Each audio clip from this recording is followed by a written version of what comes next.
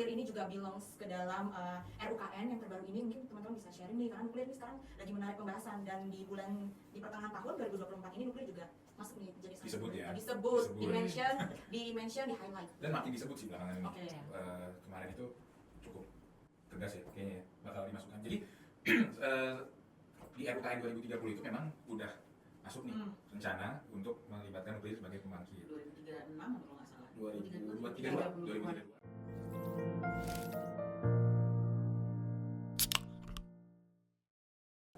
Halo Jagoan Energi, kembali lagi di podcast PYC by Purnomo Yusgiantoro Center bersama saya Nadira Asrifa. Telah hadir di tengah-tengah kita peneliti dari Purnomo Yusgiantoro Center, ada Kak Felicia. Halo, apa kabar? Halo. Ada Bang Michael, Halo. apa kabar? Dan ada one and only Ibu Ayu, Mbak Ayu. Mbak Ayu, apa kabar? Halo, gue liat ini.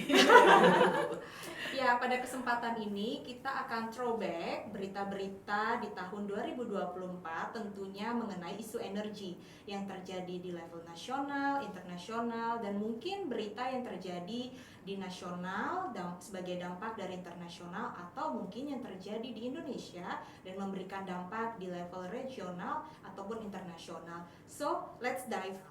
Nah, sore ini, mungkin ini siang atau malam di tempat teman-teman, bisa jadi kita santai aja ya, kita ngobrol-ngobrol aja ya, karena kan biasanya kalau Desember nih kita udah engap begitu. Nah, kita mulai dari bulan Januari ya teman-teman. Di bulan Januari itu, saya ada contekan sebentar ya, terlalu banyak. Bulan Januari itu kita ada peraturan tentang CCS nih. Nah, teman-teman silakan nih mungkin yang punya ketertarikan atau mungkin sudah ada studi tentang CCS. Peraturan Menteri tentang CCS itu apa sih sebenarnya, dan karena CCS ini hal yang baru dan masih dalam terus pengembangan ya untuk dari studinya sendiri, itu mungkin bisa dijelasin nih ke Jagoan Energi, CCS itu apa, kemudian bedanya CCS dengan CCU itu seperti apa. Ya silahkan. Oke, mungkin bisa dimulai dari gue dulu aja ya. Boleh. Sebagai opening, mungkin apa sih CCS-CUS itu? Jadi CCS-CUS itu adalah teknologi untuk kita bisa meng-capture karbon gitu. Kenapa kita harus meng-capture karbon? Karena ya karbon itu adalah sebagai salah satu sumber emisi yang pada akhirnya menyebabkan climate change gitu. Kurang lebih gambarannya gitu. Jadi karbon ini harus kita capture, kita simpan ke subsurface, jadi ke bawah permukaan. Jadi kondisinya gitu.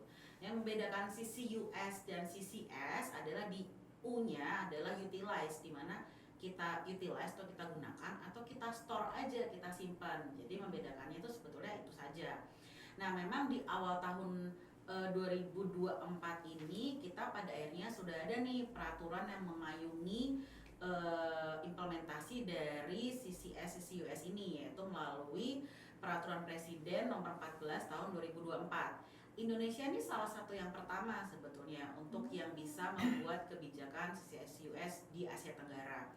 Yang which is good, karena kita sendiri juga sudah memiliki 15 potensi proyek yang nantinya bisa didevelop, dikomersialkan sebagai CCS ataupun CCUS. Nextnya sih sebetulnya proyeknya sudah lama banget ya, udah dari mungkin kayak 10 tahunan lebih ya CCS-CUS ini mulai kita kembangkan, tapi memang belum ada yang sampai masuk ke fase komersial. Yang paling mendekati banget untuk nanti bisa dikomersialkan itu adalah proyek yang nanti ada di Tangguh. Tapi itu lebih ke CCU ya. Jadi nanti karbonnya yang mereka emit, mereka lepaskan, itu akan ditangkap lagi, kemudian mereka masukkan ke subsurface untuk nanti bisa menjadi EOR. EOR itu Enhanced Oil Recovery. Jadi nanti untuk mendorong ini nih, mendorong migrasinya untuk bisa keluar. Kurang lebih gambarannya gitulah ya. Gue sebenarnya bukan expert banget di CCS, cuman kurang lebih gambarannya kayak gitu. Jangan merendah untuk meninggi. Ya nggak teman-teman. Jadi siapa expert? Belum ada sebetulnya, karena Indonesia kita belum punya project CCS-CUS, jadi gimana? Nggak ada lah expertnya, dan di dunia pun di global project CCS ini belum terlalu banyak, masih sedikit lah, kayak baru start 20-an gitu. Jadi semuanya masih develop, karena kalau kita bicara subsurface kita kan nggak bisa lihat ya nih bawah permukaannya kayak gimana ya, dan setiap lapangan mereka tuh punya punya challenge kompleksitas yang berbeda-beda. Nah, ini salah satu permasalahan di CSC US kita. Jadi karena lapangan yang amat sangat beragam, bukan cuma di kita, jadi di internasional, di global pun kondisinya sama. Jadi satu teknologi US kalau sudah berhasil di lapangan lainnya, belum tentu akan berhasil di lapangan satunya gitu.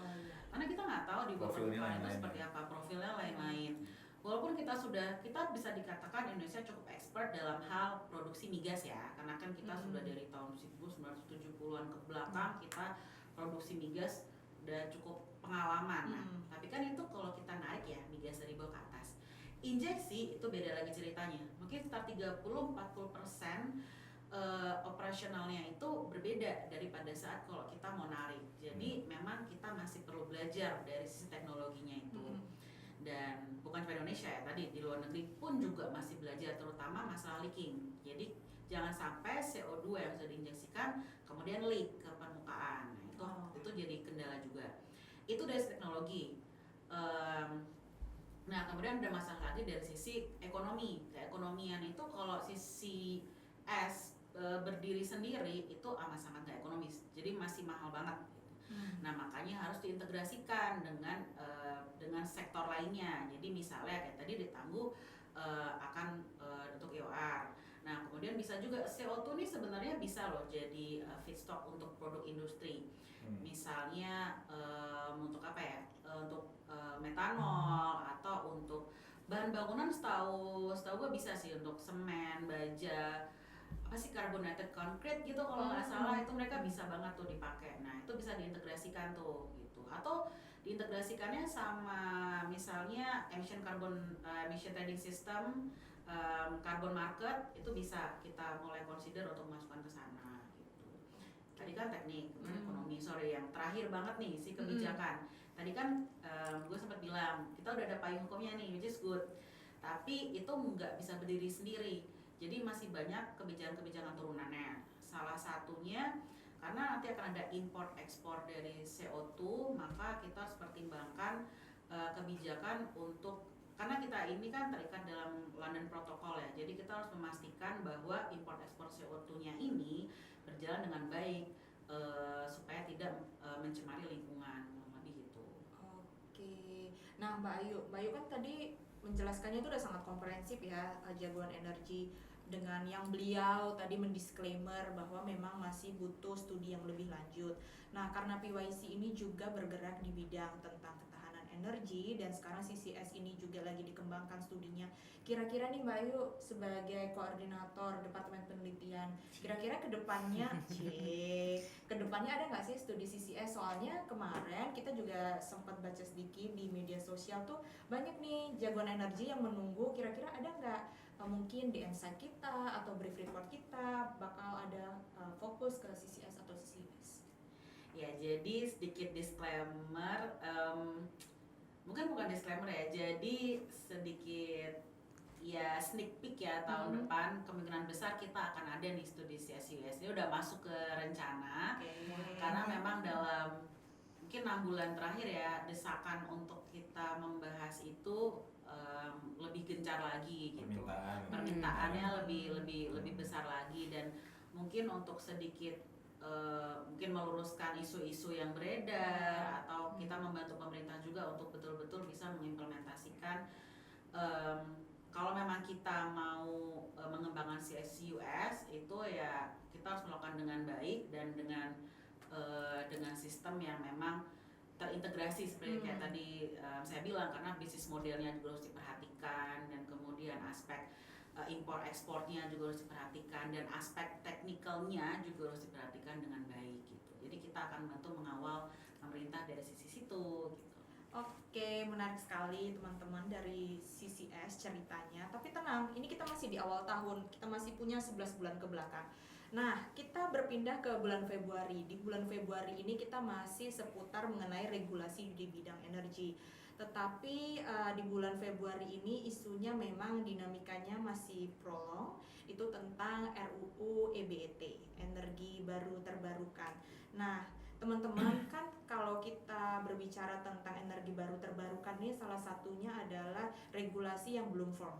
Jadi undang-undang kita kan masih dalam rancangan dan itu menjadi pembahasan yang masih berkepanjangan karena kan masih ada pros dan cons. Walaupun memang sekarang highlightnya hanya beberapa pasal. Nah itu juga di bulan Februari menjadi pembahasan nih. Mungkin dari teman-teman peneliti mungkin bisa share kejagoan energi sebenarnya sampai apa sih pembahasan ini RUU ini sekarang begitu, dan apa yang baru, apa yang menjadi perdebatan, dan mungkin kedepannya sebaiknya seperti apa gitu. Silahkan. Ini kayak udah lama banget itu ya. Itu lama banget, itu lama banget. Itu kayaknya seingat gue itu tuh gue pertama kali megang draftnya itu di tahun 2018. Gue nggak tahu startnya dari kapan, pokoknya itu pertama kali diberikan ke kita untuk di-review itu tahun 2018an kalau nggak salah. Yang memberikan tuh dulu DPD. Jadi inisiatifnya tuh dari mereka gitu.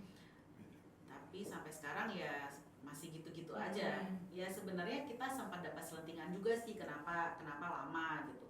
Tapi itu disclaimer itu dari pihak ketiga ya, berarti karena kita nggak pernah ikut rapatnya di DPR. Cuman ada beberapa hal yang menyebabkan terhambat. Misalnya salah satunya dulu ada dari expert yang ingin bahwa RUU ini hanya fokus ke energi terbarukan, energi barunya nggak boleh masuk gitu. Cuman pada akhirnya, makanya kan namanya jadi ganti ya, jadi EBET. Sebelum ini kan kita orang-orang energi biasa nyebutnya EBT, tapi sekarang harus dipisahkan jadi EBET. Jadi sepertinya itu sudah clear ya, jadi apakah energi baru masuk atau tidak, pada akhirnya keputusannya masuk. Kemudian yang mungkin baru hangat sekitar mungkin dari tahun lalu ya sampai tahun ini itu adalah memasukkan aspek mengenai power wheeling. Power wheeling itu apa? Jadi power wheeling itu gambarannya adalah kita sewa jaringan listrik gitu. Kalau di luar negeri, listrik itu tuh kita bisa milih providernya itu siapa. Kayak kalau misalnya di Indonesia itu ya apa sih namanya? Internet lah. Iya, internet. Kita bisa pakai internet A, internet B, internet C yang menurut kita performanya paling bagus atau paling murah, terserah kita kan mau pakai apa. Di luar negeri listrik tuh bisa gitu. Cuman di Indonesia kan kita nggak terlalu banyak pilihan ya, malah ya sebenarnya mostly dari kita nggak ada pilihan gitu, cuma satu aja, which is PLN. Nah sebetulnya untuk pelanggan-pelanggan yang skala besar, misalnya industri, mereka tuh seharusnya bisa untuk memilih, misalnya nih ada satu pembangkit listrik A ya di sini, misalnya dia geothermal nih bersih, terus ada industri B yang mau pakai nih si listrik geothermalnya, tapi kan nggak ada jaringan listriknya nih, nah harusnya bisa sewa aja sama PLN gitu, itu namanya disebut power wheeling. Cuma memang karena satu dan lain hal itu pada akhirnya belum diperbolehkan gitu. Jadi kayaknya sih terakhir kemarin keluar lagi ya dari RUU EBET, jadi itu menyebabkan lama. Nah kalau sekarang kenapa lama lagi ya saya tidak tahu masalahnya apa. Berarti kayak lagunya Adele ya, One and Only. Oke, gue asik sendiri. Oke, gak apa-apa. Iya, lagunya Adele kak. Oke. Nah tadi kan Mbak Ayu juga ada membahas tentang energi baru. Nah mungkin bisa dijelaskan nih, karena kan kemarin kita juga ada isu tentang nuklir. Nah apakah nuklir ini juga belongs ke dalam RUKN yang terbaru ini? Mungkin teman-teman bisa sharing nih, karena nuklir nih sekarang lagi menarik pembahasan, dan di pertengahan tahun 2024 ini nuklir juga masuk nih menjadi disebut ya, disebut, di-mention, di-highlight. Dan makin disebut sih belakangan ini. Kemarin itu cukup tegas ya kayaknya ya, bakal dimasukkan. Jadi di RUKN 2030 itu memang udah masuk nih rencana untuk melibatkan nuklir sebagai pembangkit. 2036 kalau nggak salah. 2032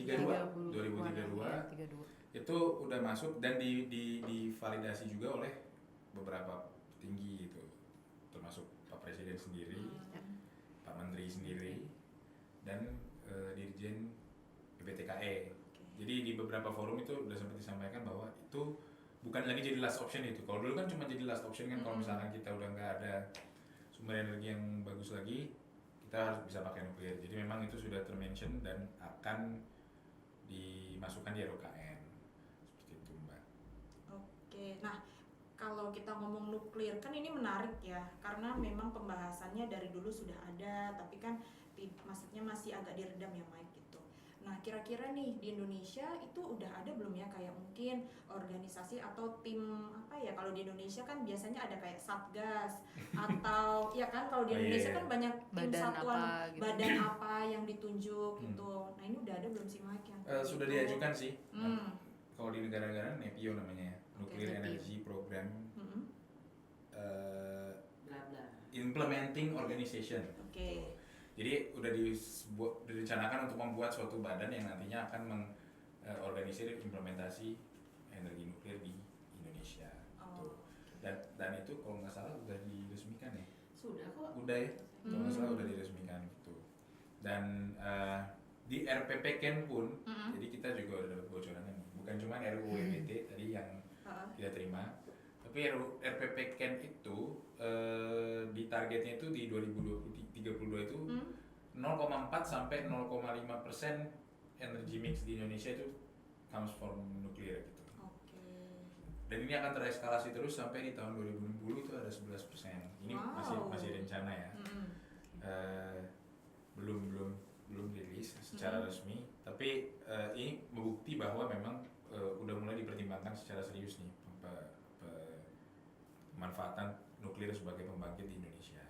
Oke. Kalau secara dokumen sudah ada, secara institusi juga sudah ada NEPIO. Nah, teman-teman pasti penasaran kan, apakah nuklirnya ada di belakang rumahmu? Oh, pasti pada takut. Nah, kira-kira di mana, Mike? Di mana nih? Mungkin bisa di-share Ini kondisinya potensialnya. langsung mau pada jual rumah deh kayaknya. Iya, harga besok naik pemirsa. Besok harga turun. naik. Besok turun. Besok turun ya. Langsung anjlok ya harga aset ya. Di Ya, mana, Mike? kalau Pak Pur tuh sering bilang sih kalau nuklir itu kan syarat dengan NIMBY ya, kalau singkatannya itu ya, not in my backyard. Hmm. Mau nggak punya pembangkit nuklir di Indonesia? Ya harganya turun, Mike. Enggak. Maksudnya pembangkit. In Mm-mm. terms of pembangkit, kalau secara akademik gitu mau dong yang Nah. lebih reliable dan ini. Tapi ya Tapi kalau dibuat di belakang rumah nggak mau kan? Iya. Takut. Karena persepsinya masih Ya itu ada apa pros ya? and cons. Persepsinya itu apakah kalau ada pembangkit ini kan contohnya juga udah banyak di dunia ini kayak Fukushima, Chernobyl dan lain-lain yang dampaknya kalau memang ada kegagalan struktur itu katastrofik banget gitu. Nah, tapi sebenarnya pemerintah sendiri di RPPKN ini udah menyebutkan syarat-syarat lokasi untuk pembangunan nuklir. Itu ada 3 tuh. Yang pertama bukan di daerah padat penduduk, yang kedua bukan di daerah rawan bencana geologi, yang ketiga itu bukan daerah lumbung pangan.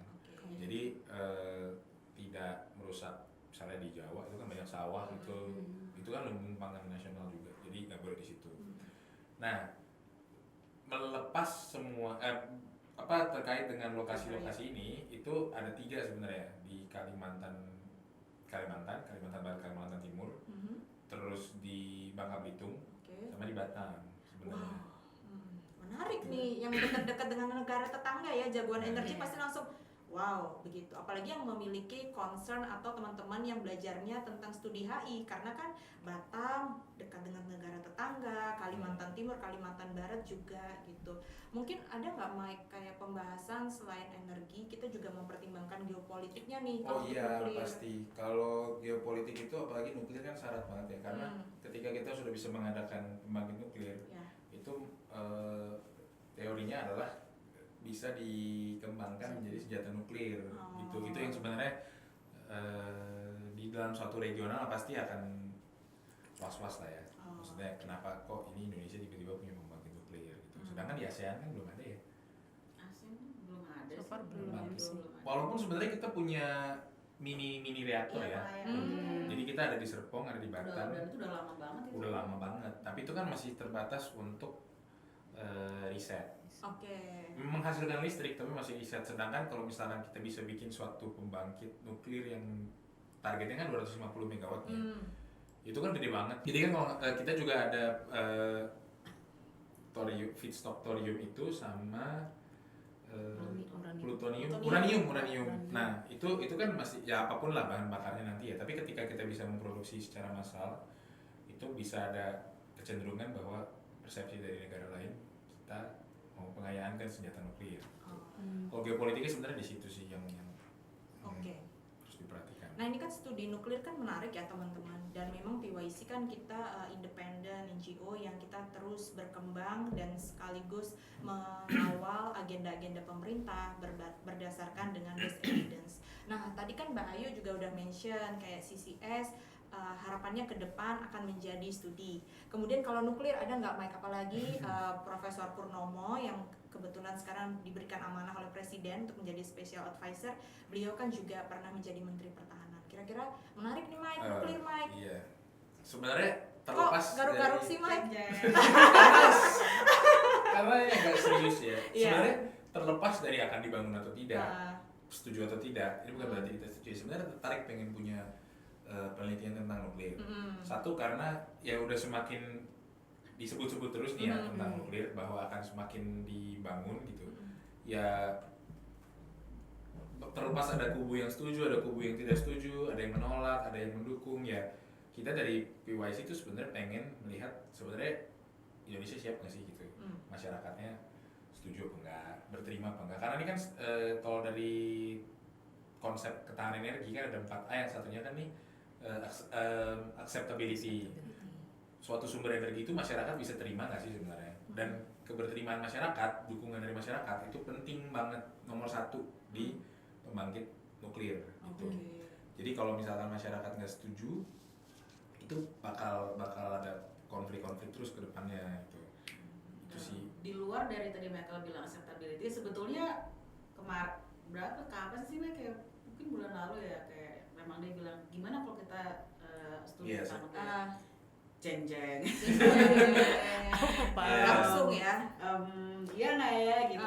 Tapi sebetulnya setelah dipikir-pikir menarik juga, karena sebetulnya di PYC sendiri cukup banyak orang yang approach ke kita juga. Maksudnya mereka membawa konsepnya masing-masing. Ada yang betul-betul against nuklir, ada yang betul-betul pro nuklir, dan masing-masing mereka tuh punya alasan yang jelas, punya basic yang jelas. Tapi kan sudah mereka dengan alasan dan fondasi yang mereka sudah miliki sendiri kan.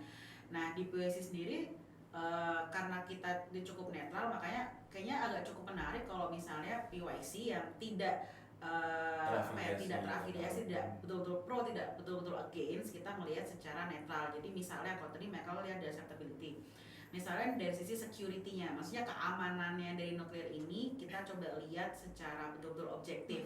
Kalau misalnya memang betul-betul safe, akhirnya kita bisa kita firm bahwa memang ini safe. Tapi itu kita tidak, maksudnya tidak terafiliasi dengan siapapun gitu. Jadi kita betul melihatnya secara objektif. Harapannya sih itu bisa meyakinkan, karena kan kita tidak ada tidak ada interest yang sama sekali gitu. Interest kita tetap di energy security-nya gitu. Apalagi kayak misalnya nuklir ini kan sebenarnya setengah produk perang dingin juga ya. Maksudnya zaman perang dingin tuh masing-masing negara, masing-masing blok itu kan meluncurkan inovasi-inovasi dan teknologi masing-masing. Ini teknologi yang mau kita pakai juga bisa dilihat kan nih dari negara mana yang akhirnya akan kita pilih kalau misalkan dijadikan. Sumbernya dari negara-negara yang terkait, misalnya Rusia kan, atau dari Amerika kan, yang memang udah mengembangkan nuklir secara lama. Itu teknologi yang kita pilih juga akan berpengaruh tuh. Nah itu kan sebenarnya persepsi-persepsi itu menarik untuk dilihat di Indonesia, seberapa jauh kan kita bisa mendalami masalah itu, dan seberapa siap Indonesia sebenarnya untuk punya nuklir. Kalau dengar-dengar sih sebenarnya udah siap ya katanya ya. Cuman iya itu tadi, cuman saya sering kali gue tuh merasa kayak memang karena ini ada afiliasinya gitu loh. Jadi kalau gue soalnya selalu merasa there's nothing too good to be true, itu tuh selalu mencurigakan. Jadi gue harus ngelihat betul-betul secara objektif apakah betul-betul too good atau good ada aja di belakangnya, atau good aja atau di belakangnya apa nih harus kita persiapkan gitu. Atau memang benar-benar too good gitu. Ya itulah yang mau. Jadi itu yang spill-spillan tahun depan kita tidak bisa berarti lebih banyak soon dulu. Ya sobat energi, jagoan energi, kira-kira mana nih yang akan benar-benar diluncurkan, dan kita juga terbuka dengan opportunity yang baik-baik datang ke kita. Oke, tadi kan kita udah sedikit nih selentingan tentang acceptability dan berkaitan dengan masyarakat. Di PYC ini, Jagoan Energi, kita juga studinya tidak hanya berfokus di level strategi, di level kebijakan, peraturan, tapi kita juga menyentuh sampai semua komponen, salah satunya masyarakat. Nah, berkaitan dengan masyarakat, pada bulan pertengahan tahun, itu juga ada berita yang sempat menjadi hot issue. Memang ini agak sensitif. Kak Feli kok udah senyum-senyum, Kak? Mungkin dia yang ingin berkomentar ya, Jagoan Energi. Nanti kita tanya sama dia ya, kalau udah senyum-senyum nih berarti udah pingin bersuara gitu. Pada bulan Juni itu salah satu berita yang sempat menggemparkan dan pros and cons itu tentang konsesi lahan pertambangan untuk organisasi masyarakat ya, organisasi keagamaan. Organisasi keagamaan itu beritanya cukup gencar, bahkan sampai menarik banyak perhatian yang maksudnya di luar akademisi pun sampai banyak ini. Nah, mungkin Kak yang sering bersentuhan dengan penelitian di masyarakat, Kak, silahkan.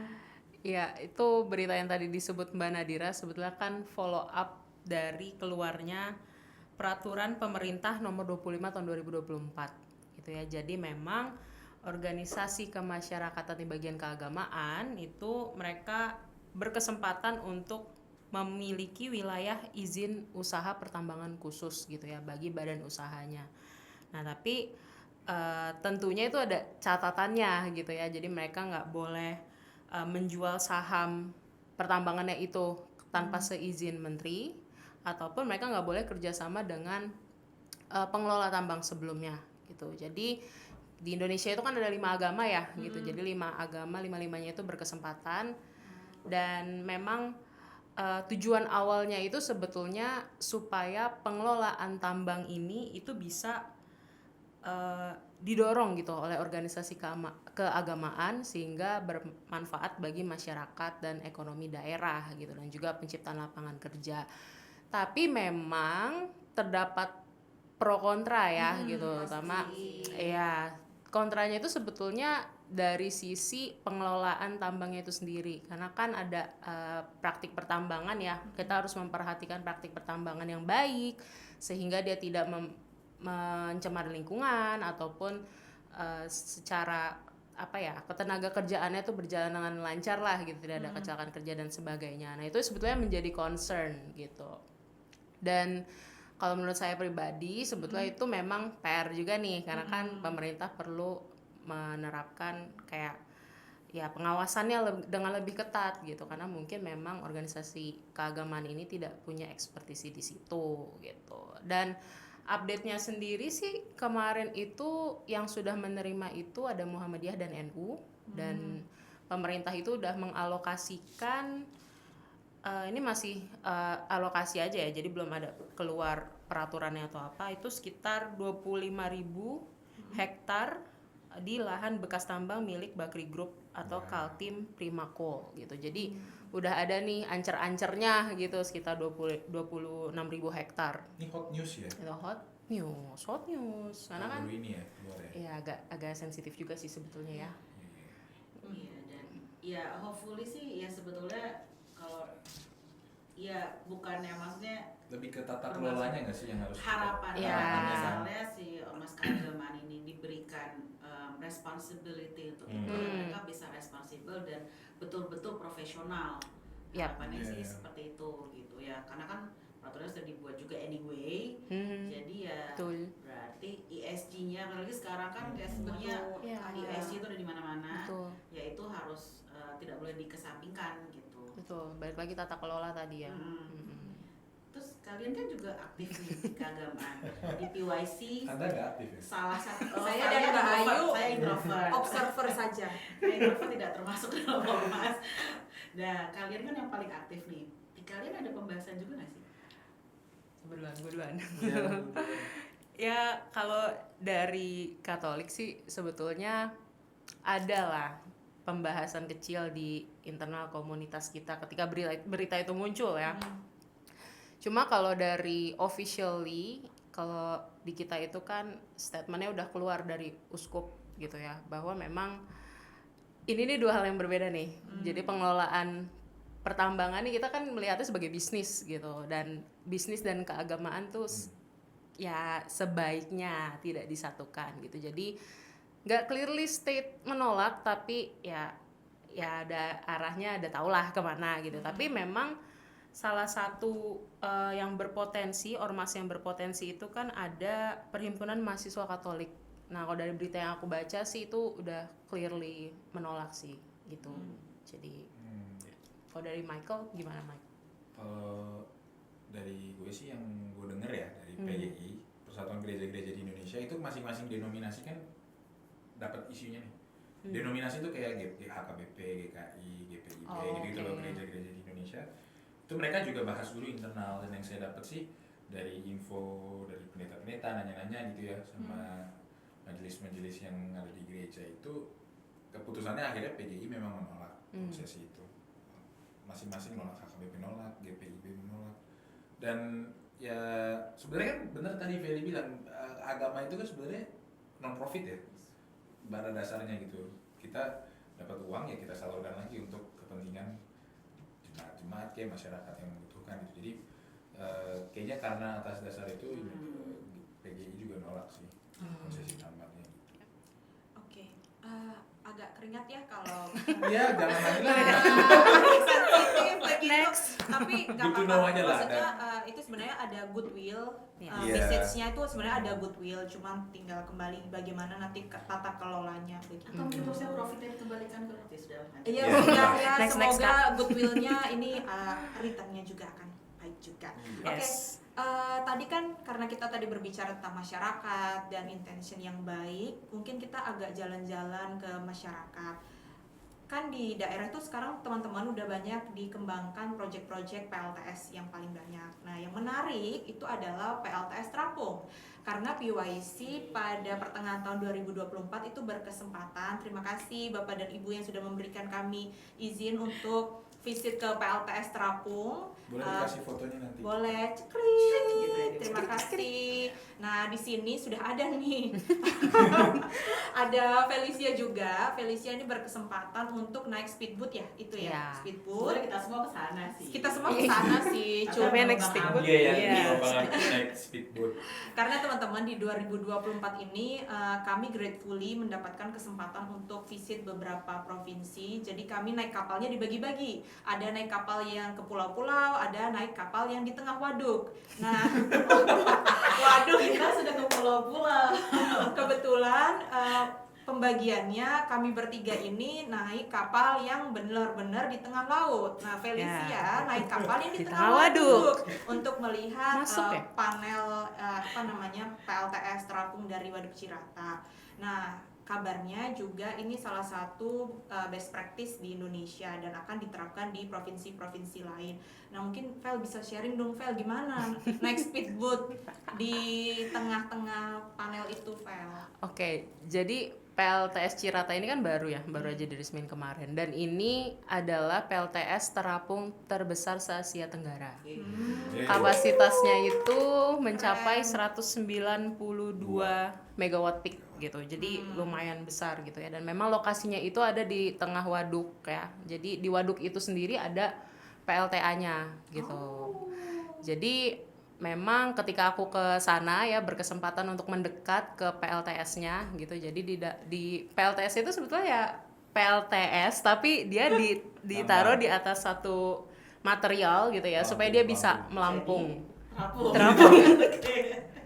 Jadi dia terapung gitu. Tapi memang ada kayak ya apa sih semacam anchor-nya Boring, gitu iya. di bawah ya. Strukturnya kompleks lah. maksudnya. Iya, jadi dia nggak Walaupun bergerak gitu. Nah, itu menarik sih sebetulnya gitu ya. Dan menariknya itu karena ya itu tadi Terapung.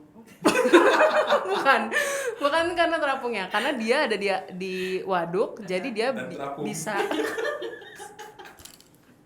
jadi dia bisa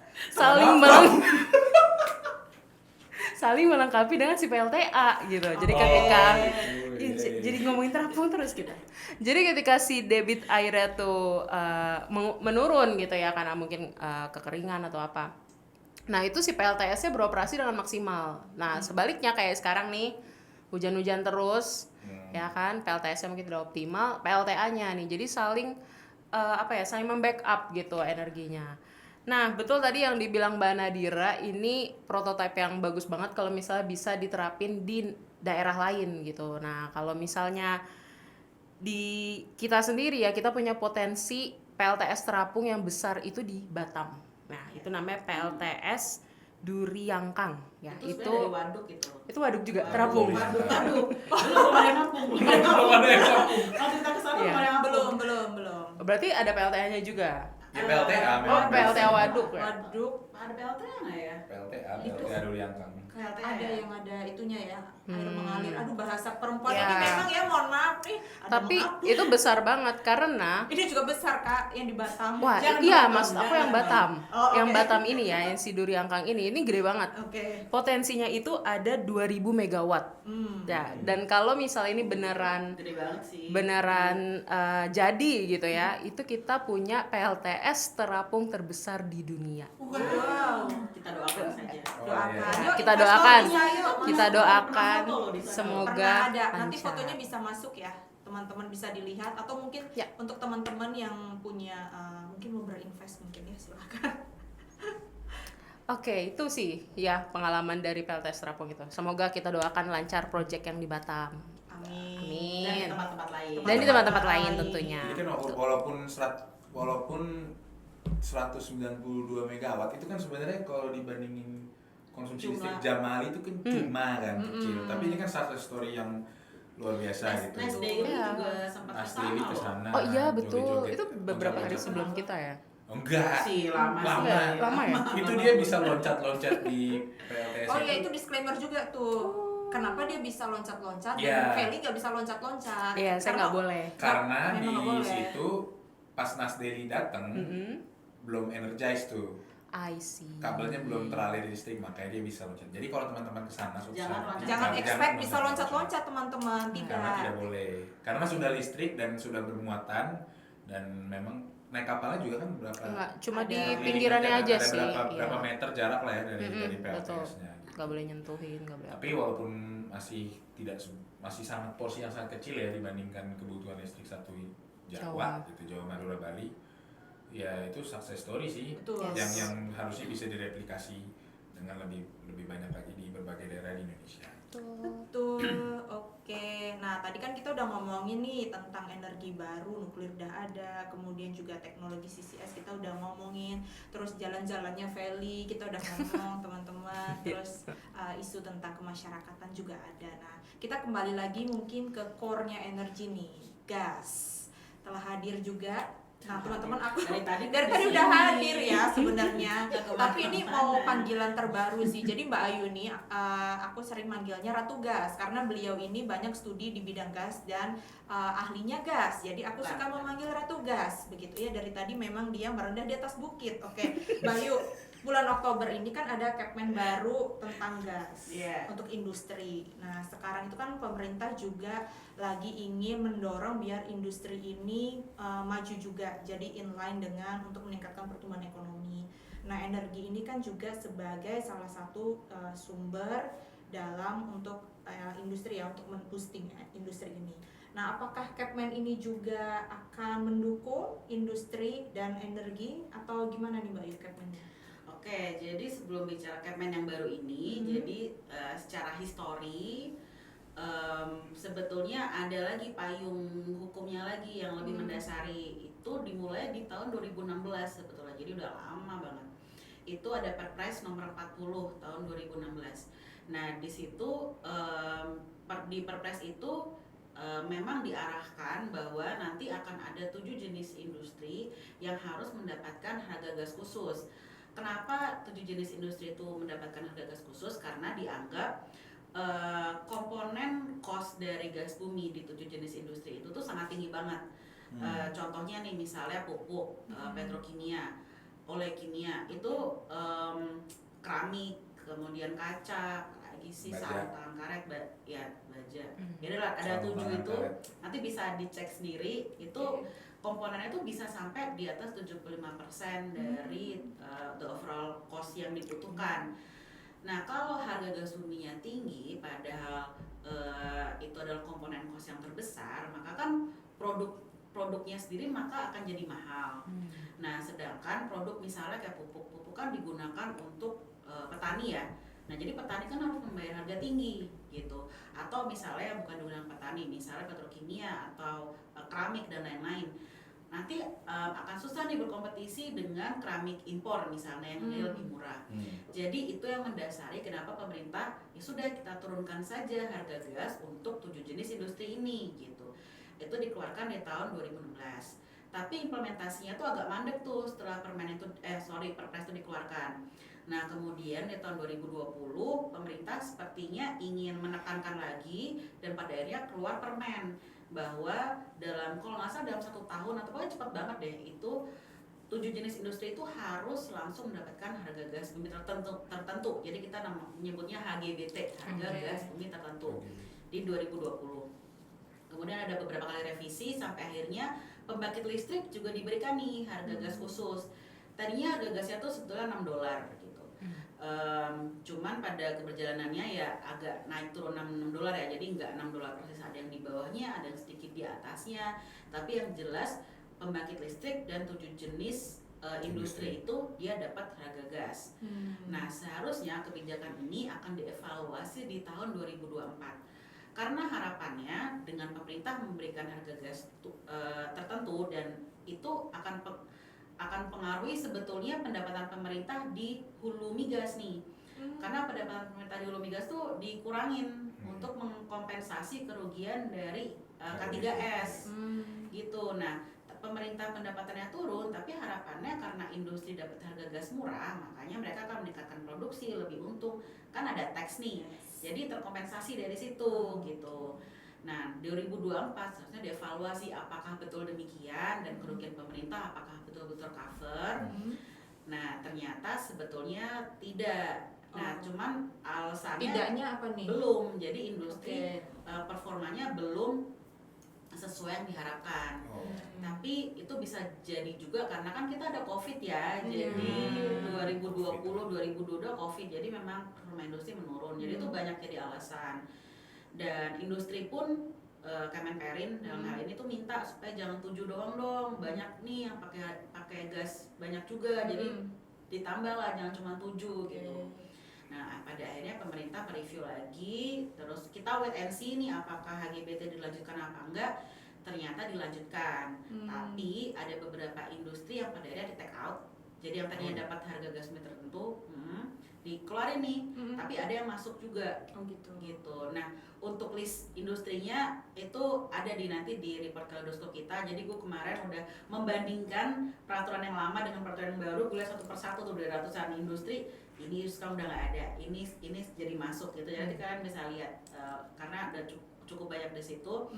Udah gue list down semua. Nah tapi gue nggak tahu nih alasannya kenapa industri dikeluarkan, industri lain dimasukkan. Apakah karena performa, apakah karena penyerapan yang kurang, penyerapan gas yang kurang. Nah itu memang harus direview lagi. Dan gue nggak tahu kalau misalnya dari teman-teman ada yang tahu alasannya kenapa, mungkin nanti bisa ngobrol sama kita atau komen di bawah juga gitu ya.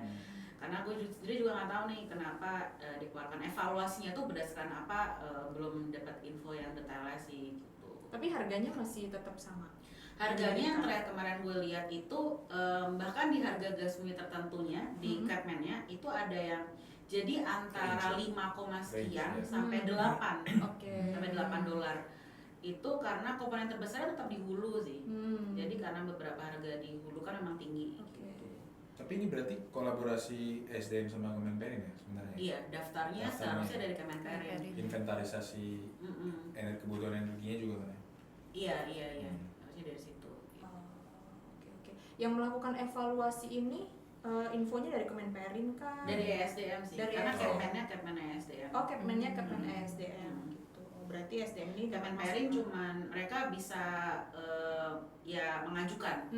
Tolong dong industri-industri ini yang diberikan harga gas bumi tertentu gitu. Cuman sebetulnya kalau kita bicara harga gas ya sudah lah itu.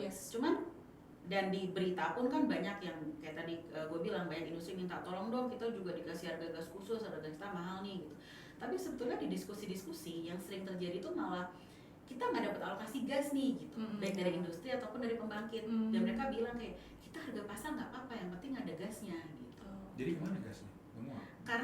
Karena gas itu adalah biasanya kontraknya jangka panjang. Oke. Gitu. Jadi pada saat mau dapat gas itu memang harus dapat kontraknya dulu, alokasinya. Nah itu jadi kendala di HGBT nih. Jangan sampai HGBT ini kan tadi kayak gue bilang aimingnya dia bagus, Yes. tapi sedikit pendisrupsi pasarnya kan, harganya terdisrupsi di situ menyebabkan ya mungkin ada penurunan supply ya di situ, dan infrastruktur kita kan juga masih terbatas. Nah jadi harus dievaluasi lagi apakah mungkin ya ada cara di mana kita bisa memberikan insentif atau mendisrupsi dari kemampuan beli gas tanpa kita merusak Harga atau pasar. ya Ada distorsi pasar ya, ya ada kalau distorsi dalam pasarnya itu gitu. Karena alokasi sekarang sebetulnya yang paling sering dipermasalahkan. Alokasi dan kecemburuan antar perdebatan industri itu ya. Iya. Apalagi kalau kita ngomongin industri ini kan yang bermain kan besar-besar ya, jadi agak cukup sensitif dan juga requestnya banyak gitu. Aduh teman-teman, kita kesempatan ini udah bicaranya banyak banget nih, dari energi terbarukan kita udah bahas, bahkan dari isu dum nuklir kita juga ada ngomong, kemudian dari isu kemasyarakatan udah. Nah, karena PYC ini bergeraknya di bidang ketahanan energi dan kita soon akan broaden fokus kita juga ke keamanan nasional, kita akan membahas sedikit tentang ketahanan energi nih teman-teman. Karena kan untuk jagoan energi mungkin sudah ada yang tahu nih ketahanan energi itu apa, tapi ada juga yang masih kayak bingung-bingung kayak ketahanan energi ini sebenarnya apa. Nah, teman-teman peneliti di sini kan kita kalau dalam penelitian tuh suka core-nya yang dimasukkan itu nafasnya. Dari penelitian kita itu harus memasukkan 4 aspek. Tapi kan mungkin ada beberapa teman-teman yang masih perlu untuk kita kita educate atau kita bagi apa sih 4A ini aja. Dan kita itu sebenarnya juga ngambil dari DEN ya, Dewan Energi Nasional, untuk indeks ketahanan energi. Silahkan teman-teman. Jadi 4A mungkin ada yang jadi 4A itu adalah konsep yang diadopsi oleh Indonesia lewat DEN untuk menjadi parameter ketahanan energi suatu negara. Ketahanan energi itu terbagi jadi yang A yang pertama itu dari availability, ada nggak nih energi untuk kita berikan ke masyarakat.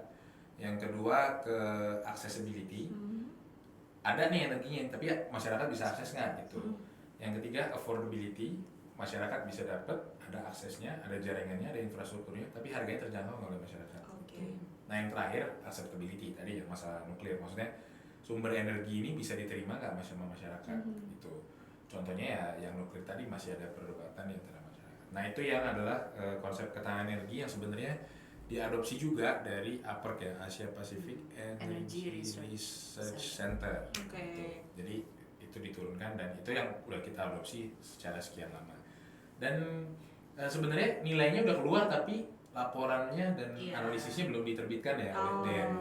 Itu setahun ini, tapi bocoran yang kita dapatkan itu indeks kita naik 0,05 poin.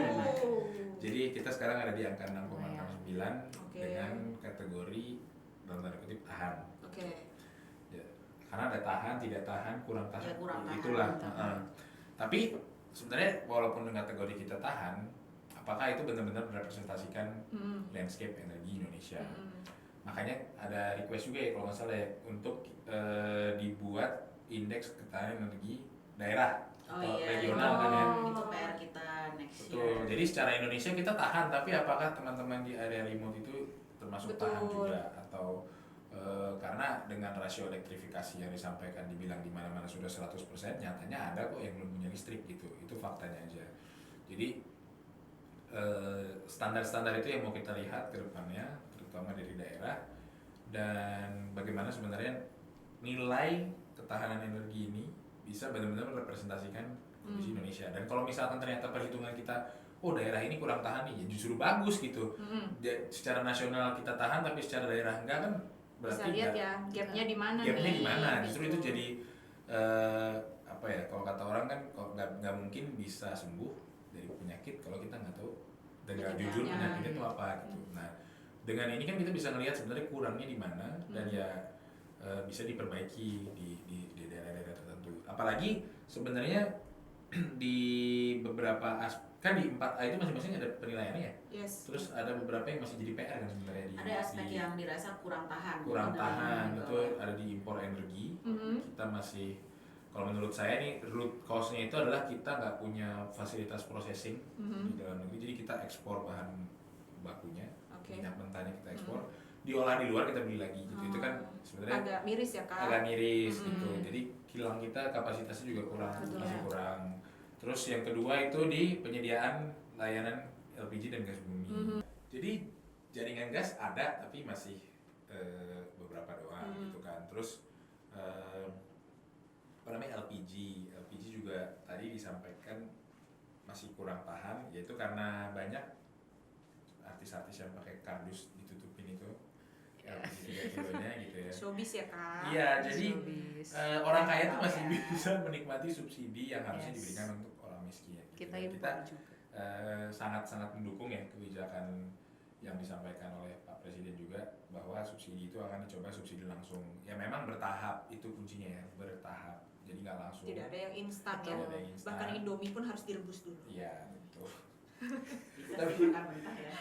Jadi Remes. Itu sakit Mbak. Itulah kalau Iya, instan itu itulah. justru jadi sakit gitu. Betul. Nah, teman-teman sebenarnya tadi berita-berita yang di tahun 2024 terus tentang indeks ketahanan energi sebenarnya sama dengan apa yang sudah kita bahas di salah satu penelitian besar tahun ini ya.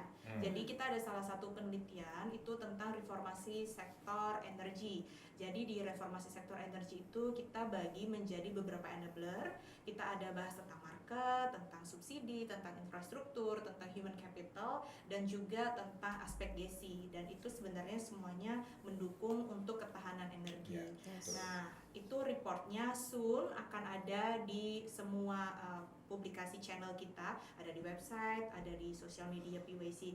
Nah, mungkin dari Mbak Ayu, dari Michael, dari Feli kan di sini juga yang enabler nih satu-satu bisa nih kasih hints sedikit penelitiannya kayak apa sih dan mendukung tadi ketahanan energi. Tadi kan konsep nih. Oke. Nah, sekarang mungkin hasil penelitiannya kayak 3 kalimat aja gitu untuk menutup kesempatan di akhir tahun 2024 ini yang sangat dinamikanya. Dari siapa ya? Pertama dari market. Boleh Oke. dari market dulu. Kalau dari ini ngapain sih jadinya 3 kalimat Begini, apa? ya kalau Mbak Ayu nggak usah 3 kalimat ya, karena kan 3 telah paragraf. tugas. Jangan dong, jangan dong. Sneak ini Oke, aja. sneak peek ya. Sneak peek aja gitu. Jadi di apa namanya di report kita ini, gue kamera ada mana sih apa sih? Di report kita ini kita kan mereview dari sisi market ya. Terus pada saat kita mereview sisi market, kita melihat tuh ada kemungkinan atau ada rekomendasi di mana kita merekomendasikan pembentukan regulator baru Oh, gitu, oke. dan perbaikan pasar di Hmm. sektor ketenaga listrikan. Itu hintnya. Oke. Oke, sekarang kita dari market, tentunya kalau pasar sudah diperbaiki perlu ada yang dibangun. Apalah artinya pasar diperbaiki kalau tidak ada bangunan yang berdiri? Silakan infrastruktur. Ya, jadi sebenarnya dasarnya di infrastruktur ya. Teknologi. Kebalik ya? Oke. Enggak, maksudnya ketika Hmm. infrastruktur ready itu kan bisa diikuti sama market gitu. Cuman bagaimana kalau dari kami sih tim infrastruktur tuh melihatnya gimana sih caranya supaya infrastruktur energi di Indonesia ini bisa dilengkapi, makin diperkuat untuk mendukung terutama di accessibility sih, karena untuk menjangkau daerah remote misalnya PLN apakah harus menarik jauh-jauh mahal untuk dipakai orang yang sedikit. Nah itu ada solusi-solusinya, nanti bisa dilihat di report kita Oke. yang publish harusnya bentar lagi ya. Harusnya barengan In dengan few podcast weeks. ini tayang. Iya, betul. Itu report kita juga bisa di-download, jadi bisa jadi benchmark studi ke depannya. Atau mungkin kalau ada yang tertarik untuk diskusi dengan kami, jangan ragu, pintu kami selalu terbuka. Oke, subsidi, mangga. Oke, kalau dari subsidi sebetulnya ya kita kan selalu ngomongin reformasi subsidi, berubah dari barang ke subsidi langsung gitu. Tapi sebetulnya menjadi pertanyaan, nah acceptability masyarakat gimana nih? Masyarakat tuh maunya kayak apa sih gitu kan? Jangan-jangan malah masyarakat tuh nggak mau atau malah masyarakat mau gitu. Nah di penelitian kami itu kami lebih mendalami ke hal situ gitu. Jadi di situ ada rekomendasi kira-kira kalau memang harus direformasi, apa sih yang harus dilakukan pemerintah gitu ya, kayak timbal baliknya apa, terus reformasi yang seperti apa yang ideal, yang diinginkan oleh masyarakat. Langsung aja lihat langsung lah nanti. Oke. Sebenarnya Panjangnya. masih ada 2 enabler juga ya, jagoan energi. Cuman kan perwakilannya lagi yang lainnya. Mungkin Mbak Ayu mewakili atau teman-teman human capital sama Desi atau sekalian Kalau bertiga. human capital tuh ya lebih ke Michael. kesiapan Iya, Readiness. readiness tenaga kerja kita Oke. untuk reformasi energi yang lebih sustainable dan bertata kelola yang baik. Gitu. Kalau GESI ya bagaimana kita melibatkan kaum marginal ya, Dan Hmm. marginal. perempuan, orang-orang indigenous people sama orang-orang di area 3T di mana di landscape energi. Dan walaupun kita bagi-bagi enablernya ke 5 section itu, tapi rekomendasi kita sebenarnya ke tiga level ya. Enggak sih, ada lumayan banyak level sih. Jadi kita dari level strategis ya. Nah, level Level strategis strategi itu yang benar-betul overall. Hmm. Kemudian kita ada level kebijakan. Kok gue lupa juga ya. Berarti harus cek teman-teman Iya, jagoan level energi. pemerintah Karena komprehensif daerah, banget komprehensif banget report kita. Findingsnya. Oke, tidak terasa kita sudah sampai di penghujung podcast akhir tahun 2024. Terima kasih yang sudah menyaksikan dan mendengar sampai akhir. Oh iya. Terima kasih untuk kesempatannya dan terima kasih sudah setia mengikuti semua event yang ada di Purnomo Isgantoro Center. Nantikan kami dalam event-event selanjutnya. Happy New Year! Sampai jumpa! Happy New Year! Dadah!